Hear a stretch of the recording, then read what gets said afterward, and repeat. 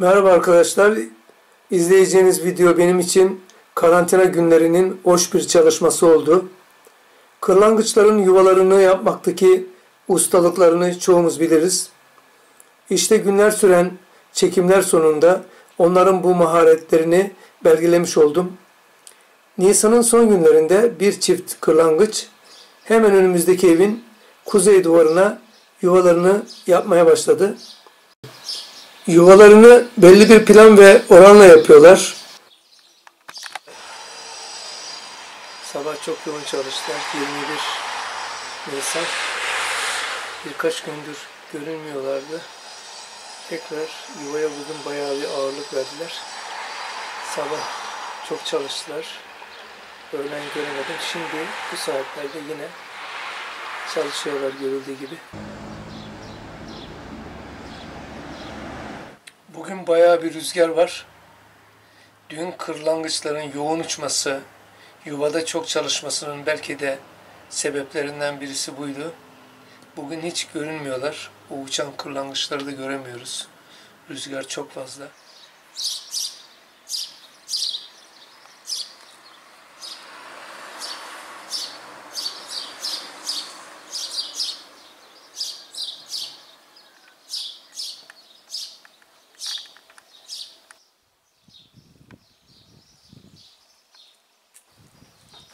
Aynı evin üst tarafında da serçelerin yuvaları var.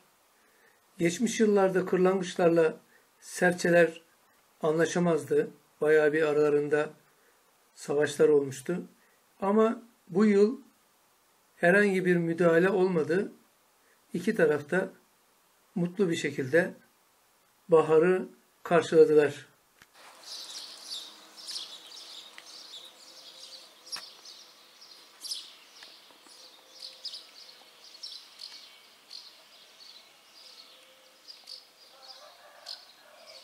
...24 Nisan akşam olunca geldiler. Bütün gün görünmediler. Çok rüzgar var yine. Kuvvetli. Soğuk bir hava var.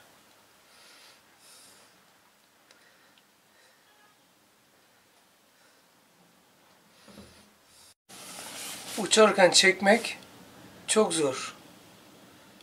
Çok hızlı uçuyorlar. Minnacık bir şeyler.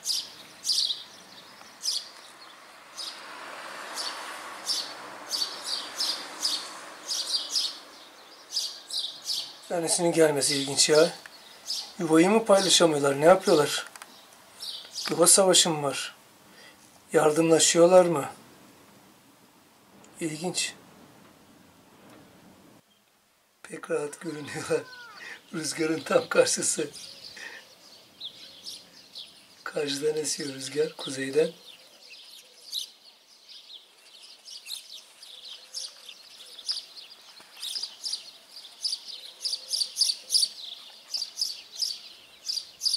...25 Nisan. Sabah erkenden kuşlar gelmeye başladılar. Rüzgar yine çok var.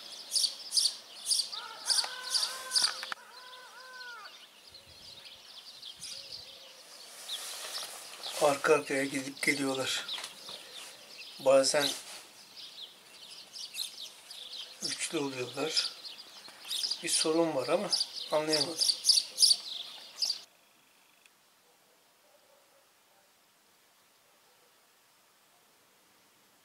Ya iki dişi var ya iki erkek var. Zamanla belli olacak.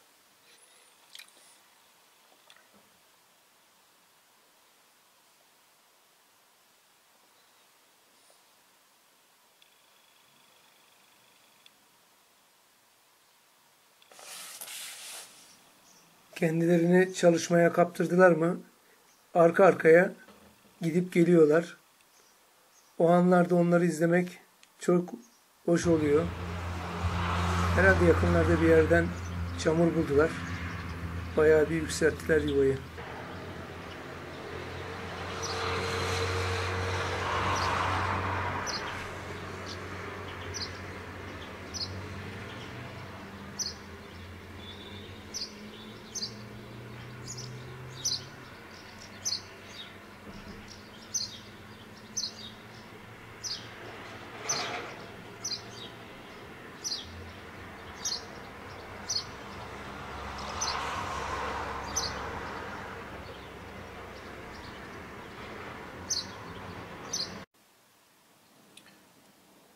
Öğleden sonraki çalışmaları daha farklı oluyor.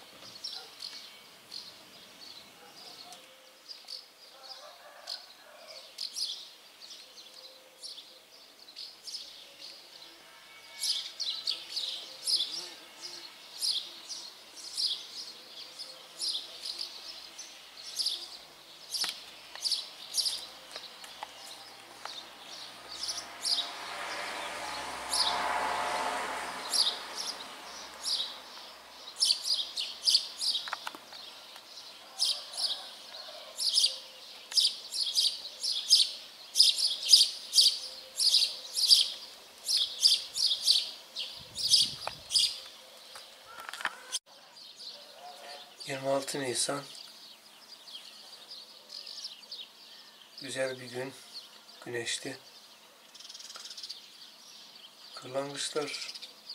...garip davranıyorlar. Hiç yuva falan yaptıkları yok. Yuvaya giriyorlar, çıkıyorlar, giriyorlar, çıkıyorlar. Daha yuvayı tam böyle etrafını... ...yükseltmediler ama ben de anlayamadım. Hiç yuva yapma dertleri yok. Dünkü gibi. Sabah 7'de kalktım. Onları çekmek için. Değişik davranıyorlar. Anlamaya çalışıyorum ben de.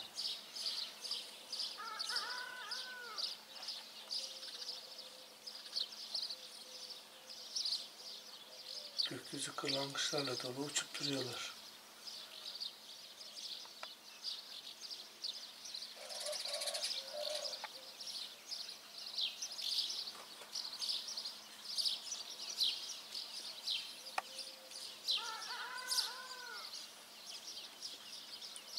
Yine ölmeye başladılar herhalde. Çamur getirdi.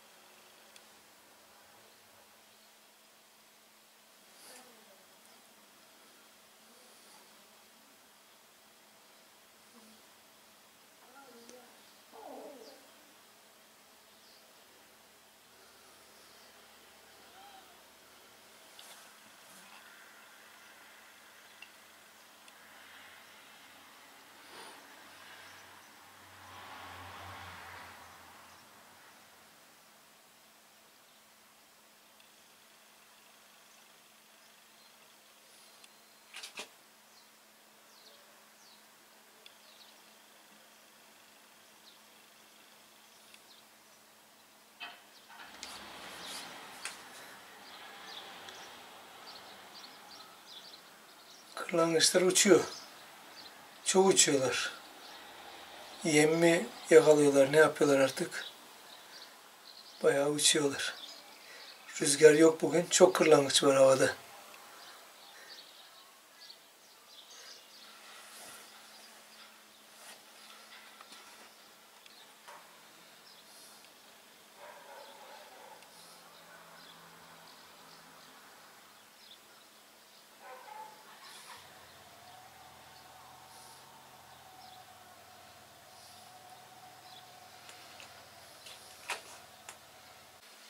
Evet, güneş batıyor, gün batıyor. İçeride mi kalacaklar bilmiyorum. Oh ne güzeller ya. Ya gerçekten bu hayvanlar insana hoş duygular yaşatıyor.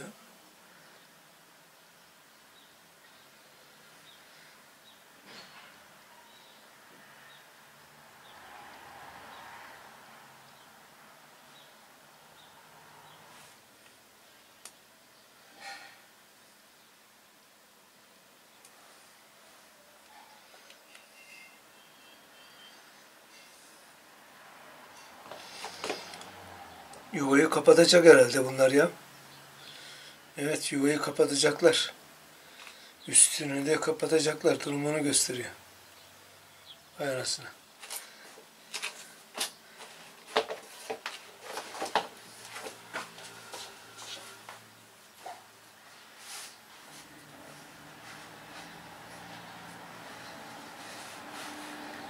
Yuvayı yukarıya kadar götürecek bunlar anlaşılan. Tavana kadar götürecekler yuvayı.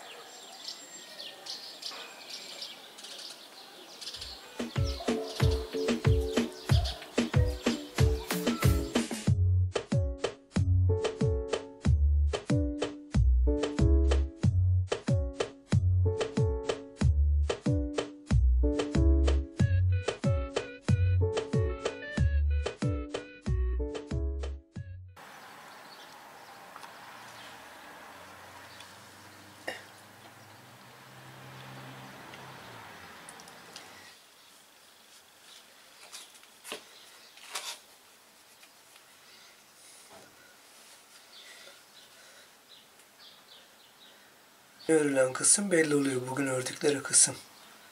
Koyu renkli görünüyor. Sabah ve akşam çalışmalarında biraz farklı davranıyorlar. Akşamları özellikle yaptıkları işin mutluluğunu yaşar gibiler. Oyun oynar gibi davranışları oluyor.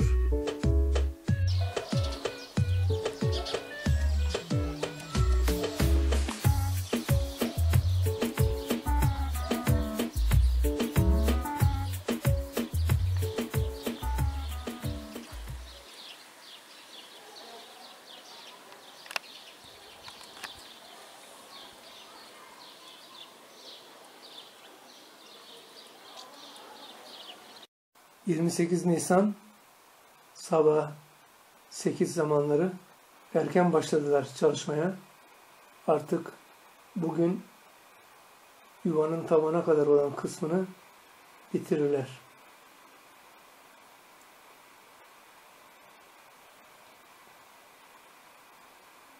Biri gidiyor, biri geliyor. Harçları yerleştiriyor. Güzelce sıkıştırıyor gagasından. Dikkat ederseniz. Kapıyı öbür taraftan verecekler büyük ihtimalle. Bu tarafı dolduruyorlar. Artık bugün son aşamadalar.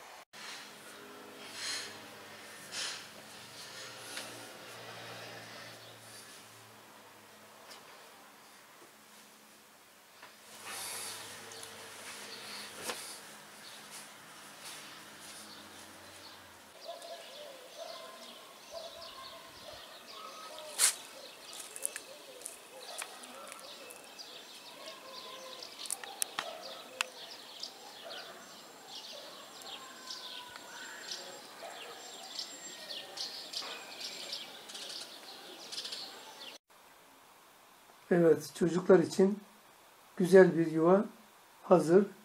Konik bir biçimde, çok düzgün. Gerçekten oldukça düzgün bir biçimde.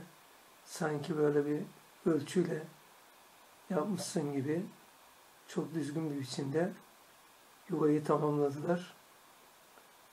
Onların inşaat ustalığını bir kez daha görmüş olduk. Baştan sona bütün evrelerini görmüş olduk. Güzel bir deneyimdi benim için.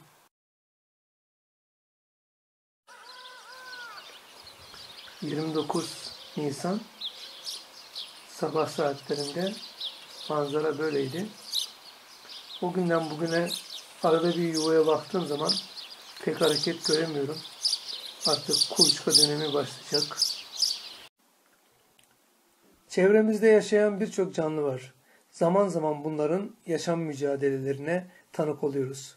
Ama yine de onlarla ilgili bilmediğimiz birçok şey var.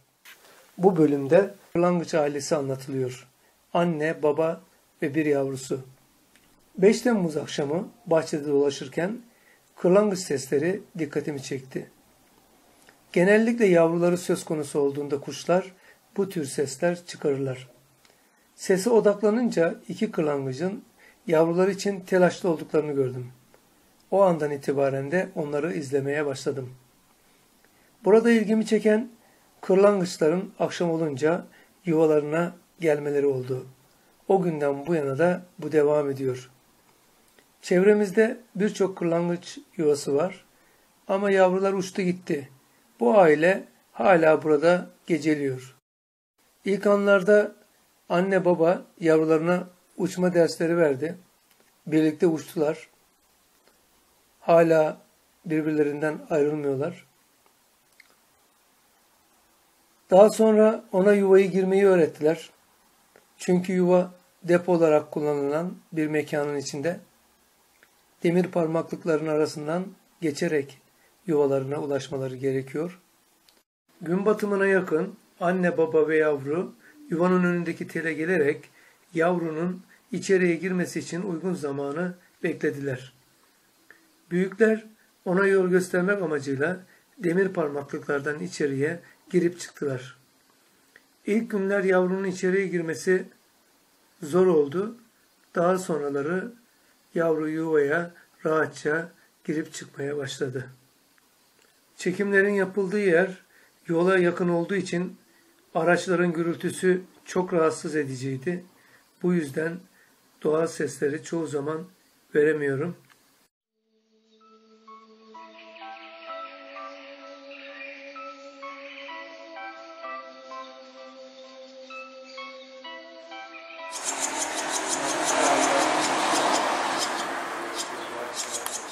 Yemek mi istiyor, ne istiyor?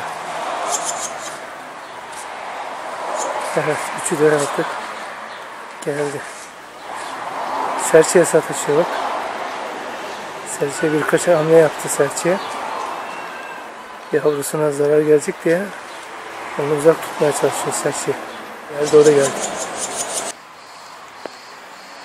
Yuvaları buydu bu deponun içinde. Yuvaları buydu. Bir tane yavrumu çıkardılar, kim bilir. Tepedeki telde duruyorlar. Gitti. Büyüğün yanına gitti. Uçuyor, rahatlıkla uçuyor da daha yiyecek falan bulamıyor herhalde.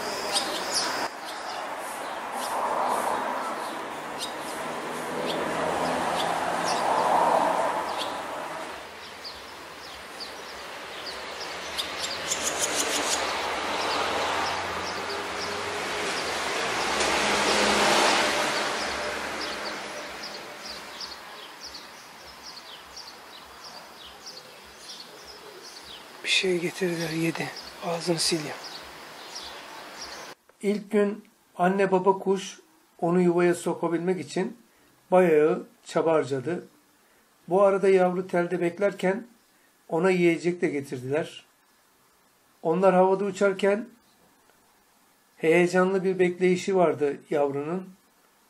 Anne ve babasına seslendi, durdu ama yerini hiç terk etmedi. Yavrunun ilk denemesi.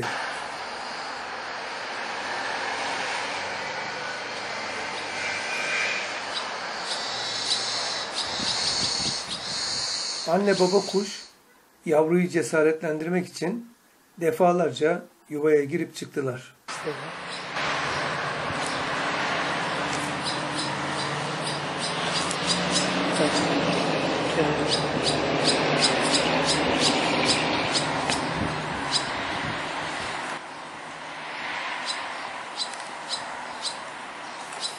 Bu kediler de bu mekanda dünyaya geldi.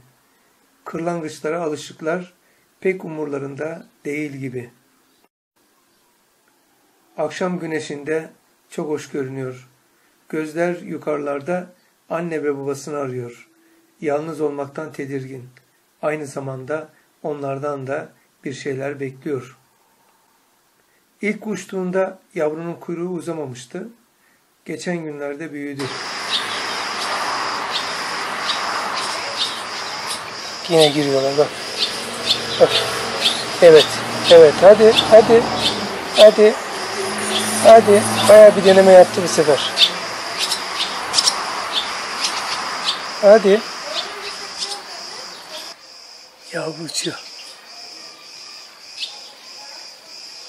Yavru uçuyor. Hemen anne baba çıktılar sesine. Bak şimdi yine tekrar üçü birden bu sefer. Evet. Hadi girdi. Girdi. Evet. Yavru da girdi.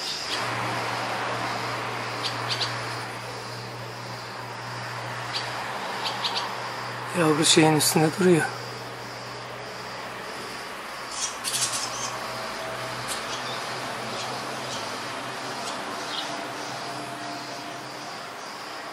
Karanlık içerisi bayağı. Kırlangıçlar geldi. Akşamüstü.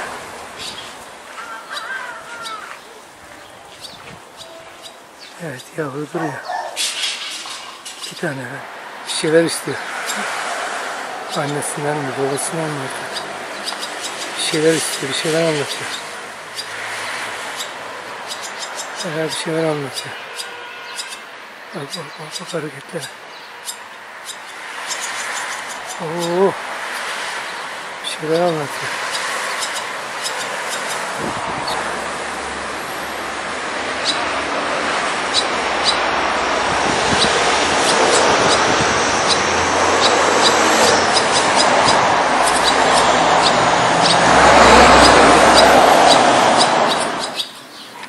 Yaklaştı herhalde. Kanat çırpıyor, yaklaştı. Bak annesi ağzına bir şey bıraktı, gitti.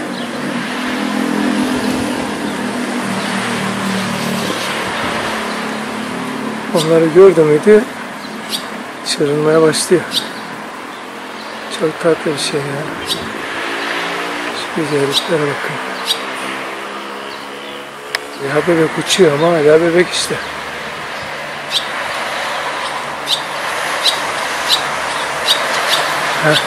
Buraya götürecekler. Evet, girdiler. Yine yuvaya sokacaklar onu. Hala gitmiyorlar demek. Hızlı uçtukları için çekmek zor. Yine bir şeyler istiyor bu. Evet, yavru da girdi bu sefer. Üçü birden girdi. Birden girdiler. Artık öğrendi orayı. Evet.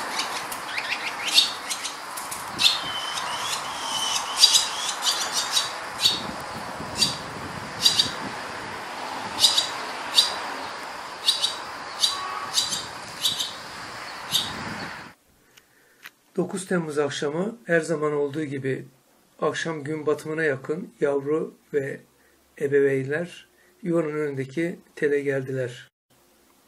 Bir müddet sonra yavru yuvaya girdi. Yavru içeride sakin bir biçimde tünerken anne baba kuş çoğu zaman olduğu gibi havanın kararmasına yakın içeriye girdiler. Oldukça rüzgarlı havalar var bugünlerde. Bu yüzden Telde fazla zaman geçirmiyorlar.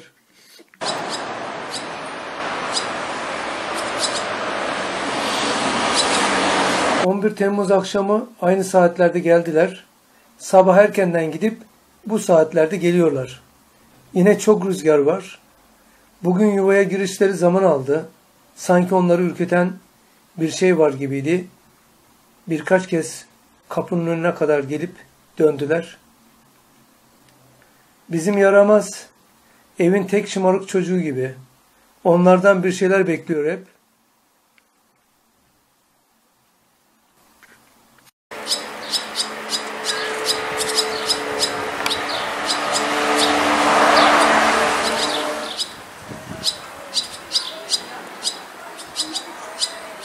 Seyirciler de var. Oo, bak. Seyrediyorlar valla. Ha geldi. Çırpınmaya başladıysa büyüklerden birisi yaklaştı demektir. Bundan geçiriyorlar. İlginç bir şey.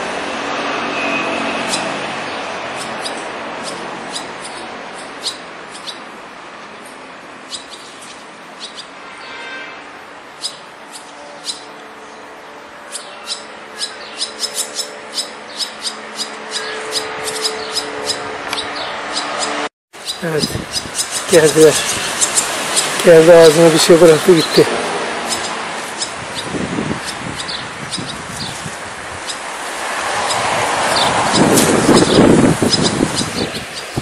Geldi yine. Oo.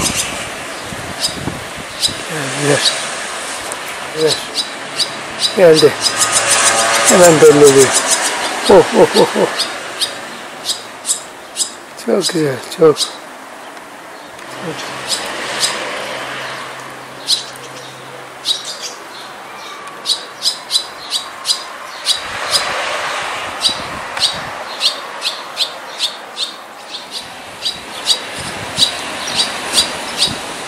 Girdiler. Bir tanesinin dışında iki tanesi girdi. Yavru girdi mi acaba? Evet, yine deneyecekler şimdi.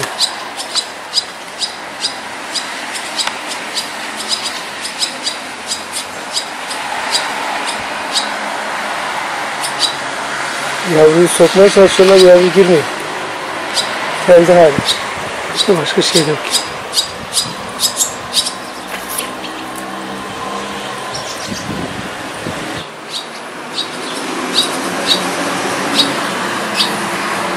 En sonunda girdi herhalde. Bugün bayağı bir sorunlu girdi. Ya bu tehlikeli de kediler açısından. Evet.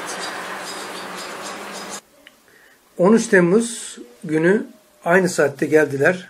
Tele konmadan doğrudan hepsi birden yuvaya girdi. Büyükler çoğu zaman yavru yuvaya girdikten sonra dışarıya çıkıyorlar.